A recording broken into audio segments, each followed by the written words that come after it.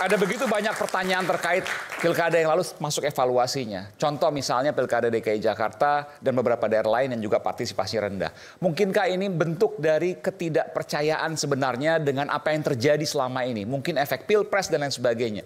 Sehingga kalau saya menilai pribadi, jangan-jangan masyarakat banyak yang putus asa terhadap apa yang kemudian dilakukan pemilu pada saat ini. Jadi ketika Pak Prabowo menyatakan bahwa kembali ke pilkada tak langsung, jangan-jangan banyak yang menerima. Itu bisa jadi, tapi tentu ini punya pro dan kontra. Saya ingin Bung Ruliandi, kalau selama ini pilkada langsung dianggap banyak dinasti, banyak korupsi, banyak money politik, banyak serangan fajar, untuk apa dipertahankan? Karena hal-hal yang seperti ini akan terjadi jangan-jangan lebih masif lagi 5 tahun ke depan. Anda punya kesepakatan yang sama? Iya, pertama begini ya. Dan aman semua? Iya. Kita harus coba melakukan evaluasi, ya. Karena dalam sistem bernegara, tentu penyelenggaraan negara yang sudah berjalan itu wajar kalau kita evaluasi. Kita tata ulang lagi. Supaya apa? Tujuannya benar, kan begitu. Kalau demokrasi kita sudah pernah berbagai cara kita terapkan ya, dengan cara sentralisasi, ya, kemudian juga melibatkan DPRD. Kemudian juga mulai 2005 pemilihan langsung sampai dengan hari ini yang ternyata itu pada satu titik menjadi pertanyaan besarnya adalah apakah sesuatu yang tidak dilarang itu boleh apa enggak? Itu pertanyaan yang paling fundamental. Tidak boleh. Tapi permasalahannya tidak bisa diapa-apain juga kan gitu. Sesuatu yang tidak dilarang apakah itu dibolehkan? Dari kacamata negara hukum maka itu boleh. Ya, meskipun prakteknya hari ini, maksudnya etika dan hukum gitu ya? Ya, hari ini dipraktekkan bahwa pemilihan umum pilkada itu adalah langsung. Apakah dengan demikian itu melarang pemilihan secara tidak langsung ke depan melalui perwakilan? Itu pertanyaan fundamental. Tadi Pak Bima Arya sudah menyampaikan. Kita harus lihat dari sila keempat. Kenapa? Itu fundamental negara kita. Ada demokrasi perwakilan. Artinya harusnya pilkada tidak langsung. Ya, kan pemilu pilpres juga tidak langsung. Ya, hanya kalau kita lihat hitung-hitungan kita hari ini, tadi Bang Aiman sudah mengatakan, oh ini ternyata money politiknya ada, kemudian dinasti politiknya juga berkembang, bahkan 5 tahun lagi bisa lebih gawat lagi. Dengan pilkada langsung? Dengan pilkada langsung. Oke. Kenapa nggak dicoba dengan wacana yang disampaikan oleh Bapak Presiden? Ya kan? Masuk akal nih? Ya. Pak Prabowo dalam tahap ini masuk akal? Masuk akal, rasional. Dan itu tidak bertentangan dengan konstitusi. Satu, negara hukum yang demokratis, maka pertama tidak boleh menabrak konstitusi dan apalagi ideologi negara. Sila keempat mengatakan nggak ada demokrasi langsung. Demokrasi perwakilan. Kalau kita bicara demokrasi perwakilan, maka sesudah itu apa yang dibicarakan? Kapan sila keempat bilang tidak ada pemilihan langsung? Kerakyatan yang dipimpin oleh hikmat kebijaksanaan dalam permusyawaratan perwakilan. Asal pasal sila keempat itu apa maknanya? Sebentar Fer ya. Enggak, kan harus dijawab juga sama Ruli. Apakah pasal 4 itu merepresentasikan gagasan pilkada atau pemilihan presiden langsung? Ya, pasal 18 ayat 4. Konstitusi kita. Sila keempat yang saya tanya kan sebentar. Anda jawab. Iya. Boleh nggak saya jawab duluan? Ya. Tapi nggak ini jadi perdebatan, Bang. Kalau pilkada tak langsung itu sesuai dengan sila keempat Pancasila. Kalau pilkada langsung tidak sesuai dengan sila keempat Pancasila. Itu kan yang selama ini kita dengar kan? Ya. Nah, ini. Supaya pilpres juga. Oke, gimana Bung Ferry? Tadi pertanyaan. Ini dulu. Saya belum selesai. Ini Ruliandi dulu nih. Kalau diganggu-ganggu terus nanti nggak terdeliver nih. Bukan diganggu. Gini. Nah, itu jawab gimana? Diluruskan. Saya ingin melakukan hubungan kausalitas verbannya, sebab akibat. Kalau di dalam sila keempat itu dia punya pemaknaan demokrasi perwakilan. Kenapa pasal 18 ayat 4? Undang-Undang Dasar 45. Gubernur, bupati, wali kota dipilih langsung. Dipilih secara demokratis. Oke. Tidak ada dipilih secara langsung kecuali presiden. Yes. Sesuai sila keempat menurut Anda. Berarti ketentuan lebih lanjut itu diserahkan kepada pembentuk undang-undang. Siapa? Presiden bersama-sama dengan DPR. Oke. Pemerintah yang hanya disebutkan pemilihan langsung hanya presiden ya? Ya. Di dalam undang-undang dasar. Hanya presiden. Tapi kepala daerah dipilih secara demokratis. Nah, Oke. pemaknaan demokratis Artinya apa sih itu? berarti bisa disesuaikan kondisi hari ini misalnya. Misalnya Oke. wacananya Pak Presiden mengatakan, Baik. oh itu sebuah wacana kita coba. Artinya begini, ini saya ini menarik. Kalau mengubah pilkada menjadi tak langsung bisa tanpa mengubah undang-undang dasar. Karena memang undang-undang dasar tidak Bisa. menyebutkan. Tapi kalau pilpres tidak bisa. Tidak bisa. Yes. Oke. Saya tambahkan ya. Demokrasi itu ya pasal 18 sorry. Ini pasal 18 ayat 4 Undang-Undang Dasar Ya. itu ya kan. Pemilihan kepala daerah itu pilih secara demokratis. Demokratis itu terbagi dua. Direct democration dan indirect democration. Ini dua hal yang sama-sama konstitusional. Oke. Saat ini direct democration.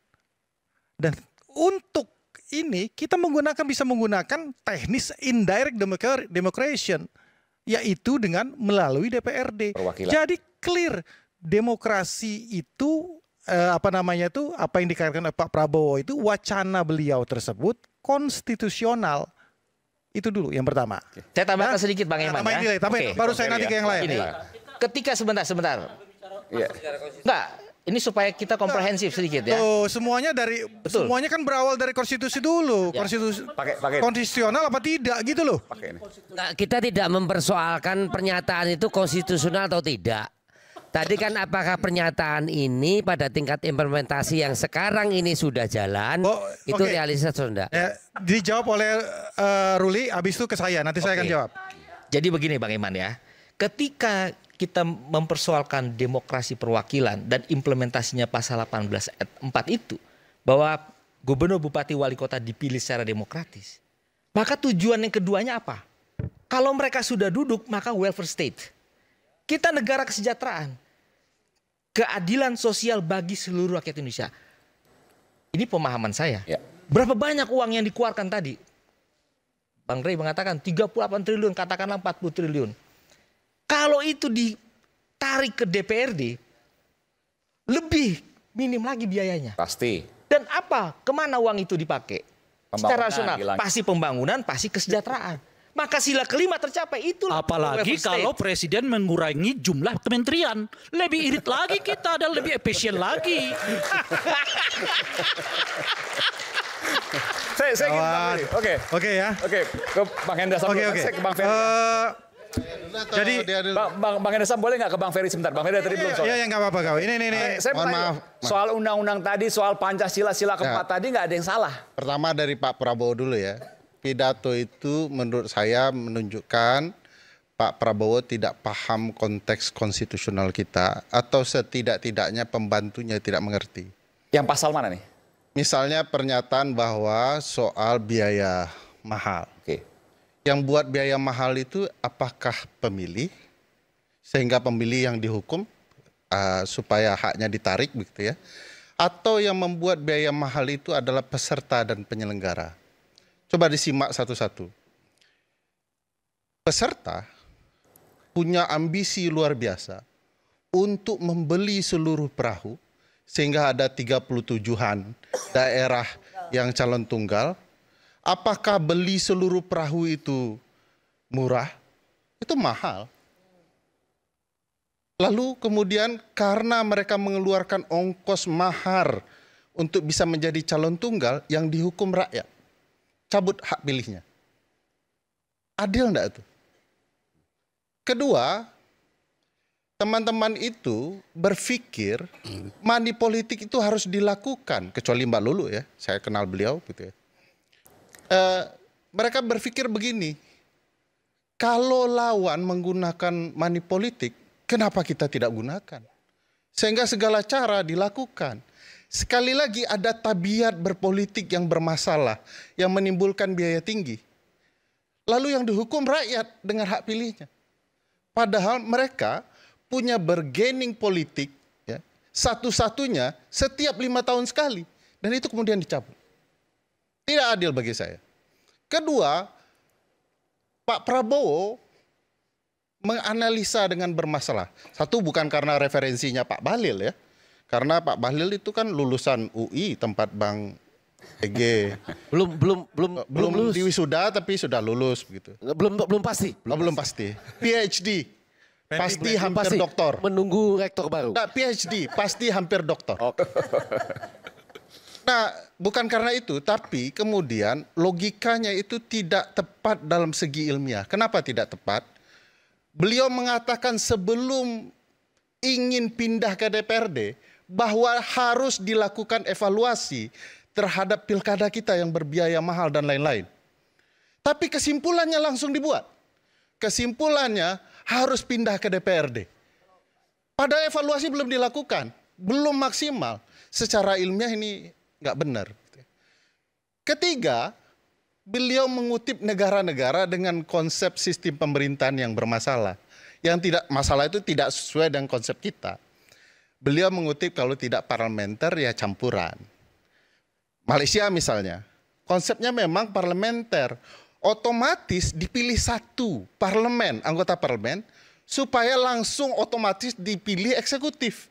Makanya disebut sistem pemerintahan parlementer, karena pusatnya di parlementer. Sementara presidensial beda, dia memilih 2 kamar kekuasaan berbeda-beda agar timbul fungsi saling mengendalikan, checks and balances. Nah ini salah contoh. Singapura dan India juga salah contoh. Itu sistem campuran. Harus ada presiden sekaligus perdana menteri. Emang sistem kita mau ada presiden, ada perdana menteri. Siapa perdana menterinya menurut Mas Arya Bima? Kalau nggak Jokowi, yang lain lah gitu perdana menterinya kan. Itu pasti diterima oleh Pak Prabowo sendiri gagasan itu. Jadi contohnya bermasalah. Nah itu satu. Nah mari kita lihat apa yang diperdebatkan malam ini dari gagasan pasal 18 ayat 4 Undang-Undang Dasar 1945. Harus dipahami betul maksud asli dari pasal 18 ayat 4 Undang-Undang Dasar atau original intentnya. Diskusi kita itu selalu ingin bicara pemurnian sistem presidensial, penguatan sistem presidensial. Tidak ke arah parlementer atau yang beraroma parlementer, termasuk untuk kepala daerah. Lalu kenapa kemudian pasal 18 ayat 4 itu menggunakan frasa dipilih gubernur, bupati, wali kota secara demokratis? Bukan secara langsung. Kenapa tidak secara langsung? Karena ada pertimbangan sejarah, konflik masa lalu, kekhususan daerah. Yaitu ada Yogyakarta, ini kota sejarah ini. Kita nggak akan meninggalkan dan tidak akan mengkhianati Yogyakarta karena ada sejarahnya. Ya. Jadi pilihan tidak akan mungkin secara langsung dicantumkan. Secara langsung dicantumkan berarti Yogyakarta juga harus, bagaimana harus langsung kan? Papua, Aceh, DKI Jakarta, sekarang IKN, ya itu konsekuensinya. Makanya dipilih kata yang membangun demokrasi daerah yang asimetris. Tapi diskusi soal daerah-daerah lain itu bicara soal langsung semua itu. Karena mau diseimbangkan dengan konsep presidensial yang di pusat hingga daerah. Karena tidak mungkin berbeda. Kalau enggak dia harus dibuat undang-undang kekhususannya. Jadi tidak mau digeneralisir semuanya dengan menggunakan kata langsung karena ada aspek sejarah, masa lalu dan lain-lain gitu ya. Tapi Mahkamah Konstitusi, ini berbeda Mahkamah Konstitusi dengan Ruliandi ya. Mahkamah Konstitusi mengatakan pilkada adalah pemilu. Apa konsekuensinya? Digunakan azas pemilu. Berlaku pasal 22E Undang-Undang Dasar 1945. Azasnya langsung, umum, bebas, rahasia, jujur, adil, dilakukan 5 tahun sekali. Kenapa Pak Jokowi nggak bisa 3 periode ini juga alasannya. Azas pemilu. Langsung. Karena pemilu kada di luar kekhususan tadi harus dilangsungkan secara langsung menurut Mahkamah Konstitusi. Jadi menurut saya kita harus paham sejarahnya, normanya, ketentuan pasal-pasalnya, kenapa kemudian dipilih. Nah ini perlu juga dipahami apa yang kemudian yang selalu ada di kepala teman-teman partai politik ini. Bukan teman-teman partai politik tidak mengetahui apa solusinya. Problematikanya selalu di demokrasi internal partai politik. Proses kandidasi yang juga mahal, belum maju itu juga harus bayar begitu ya, di partai-partai tertentu ya. Dan ini fakta dan kenyataan. Pak Prabowo juga mengakui itu.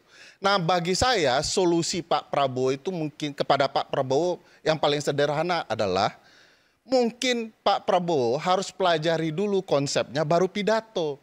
Ini terlalu banyak pidato, banyak kontroversi yang sebenarnya Pak Prabowo belum mendalami dan memahami apa yang terjadi.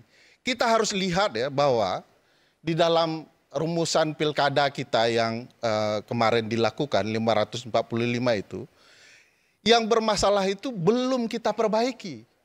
Tetapi kita malah mencari-cari masalah, sesuatu yang tidak masalah. Apa salahnya rakyat memilih? Gitu ya. Misalnya yang masalah kemarin itu pemilu presiden, pemilu legislatif, dan pilkada cocok tidak dilangsungkan 1 tahun yang sama. Capek enggak? Lelah enggak? Ini Mbak Lulu ini punya banyak pendukungnya juga.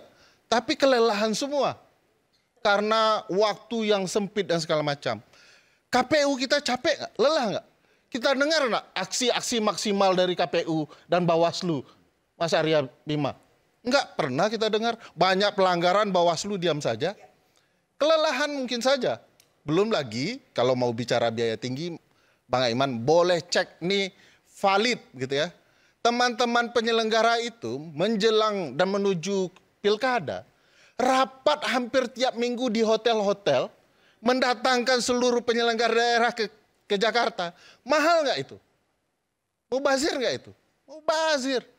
Kita ada sistem namanya Sirekap di Pilpres kemarin salah, diperbaiki. Sudah mulai baik itu. Tetapi tidak ditampilkan. Uang habis, tapi kemudian keterbukaan hilang. Jadi bagi saya yang rugi tidak efisien itu sudah diketahui. Cuman kan ini simpulannya belok di tengah jalan itu kayak kita bawa mobil di depan ada orang bawa motor gitu ya. Dia kasih sen ke kiri, beloknya ke kanan gitu ya.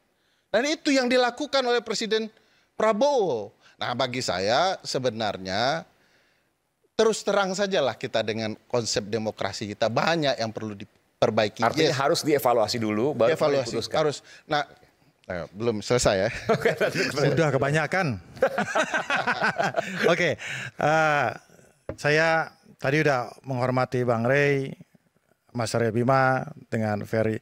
Mudah-mudahan jangan disela dulu ya. Jadi biar sedikit komprehensif juga lah. Belajar komprehensif.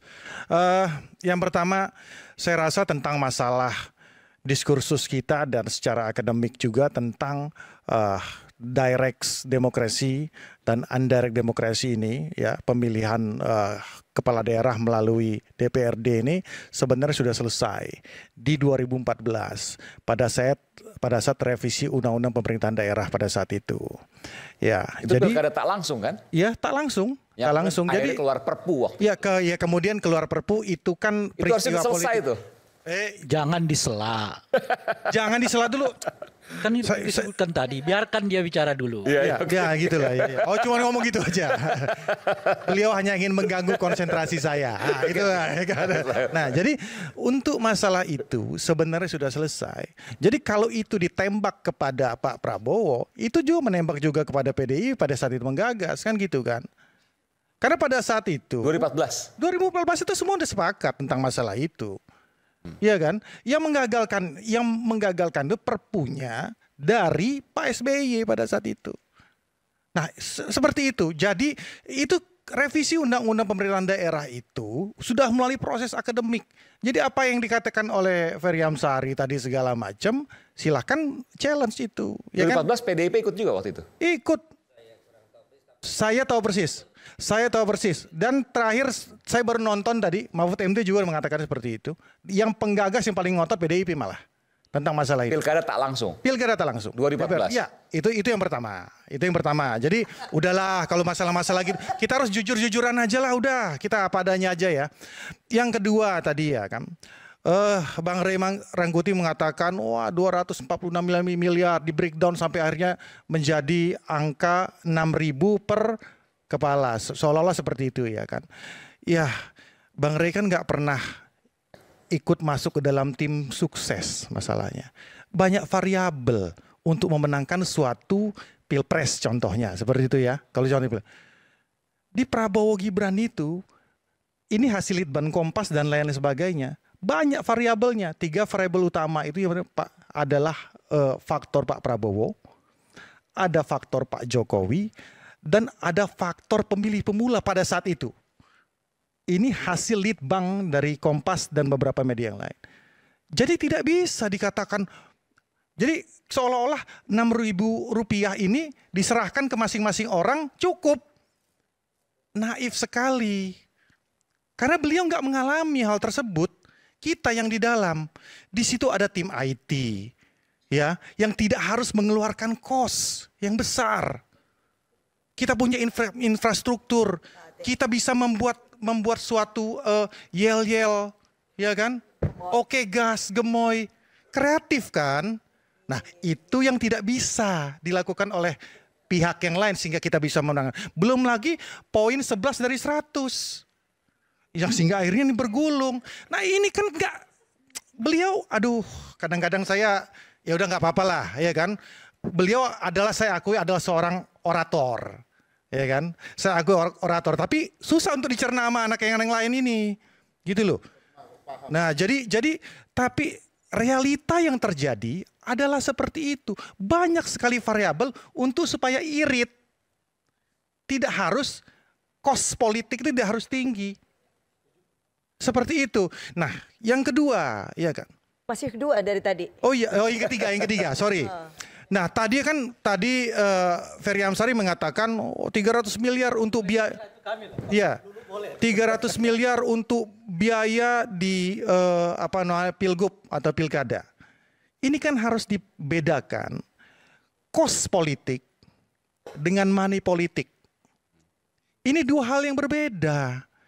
Nah ini yang nggak boleh kadang-kadang sebagai seorang pakar hukum tata negara ini. Ya jangan menyesatkan. Maksud saya tadi makanya saya koreksi kan.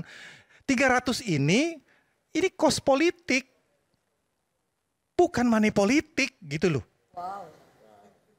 Political nah, cost. masalahnya ketika Ferry Amsari dan Ray Rangkuti mengatakan wow, karena mereka nggak tahu, mereka nggak mau jujur dengan itu. Belum menjadi calon lah ya kan? Karena belum menjadi calon, karena belum menjalani itu. Sadis. Itu yang sebenarnya yang terjadi pada bangsa ini. Kita ini kadang-kadang suka Saya dibohongin kiri kanan nih berarti ya. Ulan, nggak boleh. Saya Sorry. duduk di sini, ntar dulu. Tadi Anda disanggah oleh dia ya? Iya nggak, saya mau Berarti kasih Anda tahu. boleh menyanggah dia dong. Saya malam ini menderita betul. Saya Iya. Saya terus. Saya duduk di sini dibohongin kiri kanan nih saya. Maksudnya? Nah, yang ini. Saya di tengah loh Bang. Ya, Aman lah saya ya. Mau bilang ya, malam ini dibohongi kiri kanan tuh dengan cara gini. Yang pertama, ini kan tadi ada tentang mahar dibantah, ya. Tapi sesudah itu ada penjelasan-penjelasan tentang itu. Saya masih yakin mahar itu ada, ya. Oke, mungkin tidak semua, tapi ada. Yang kedua, tadi ya, ini biaya yang menjadi mahal, ya kan? Karena Rai nggak tahu gitu. Ya nggak tahu. Ya, tapi mahal ya. Mahal. Oh. Itu. Padahal Gini. Nggak, sedikit lagi, sedikit. Karena saya nggak bantah-bantahan Anda, boleh ya? Boleh. Kalau nggak kasihan saya di belakang ini dibohongin dua-duanya gitu ya, misalnya gitu ya. Nggak pelan-pelan. Yang kedua, Rai, mau nggak mau agak berbeda nih kita. Karena data yang Rai sampaikan tadi untuk mengatakan misalnya biaya kampanye yang dilaporkan ke KPU kecil itu, kita sama-sama tahu bahwa itu ada peluang bohongnya kan? Nggak, ini konteksnya pilpres ya? Iya, konteksnya pilpres tadi, 260 M.